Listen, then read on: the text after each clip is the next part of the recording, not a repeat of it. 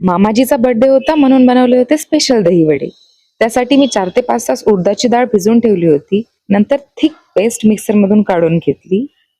त्यात चवीपुरतं मीठ आणि जिऱ्याचं पावडर ऍड करून ते मिक्स करून घेतलं. नंतर बॅटर छान फ्लफी होईपर्यंत बीट करून घेतलं. पाण्याच्या वाटीमध्ये थोडंसं बॅटर टाकून चेक करायचं. जर ते असं फ्लोट होत असेल तर ते रेडी झालंय.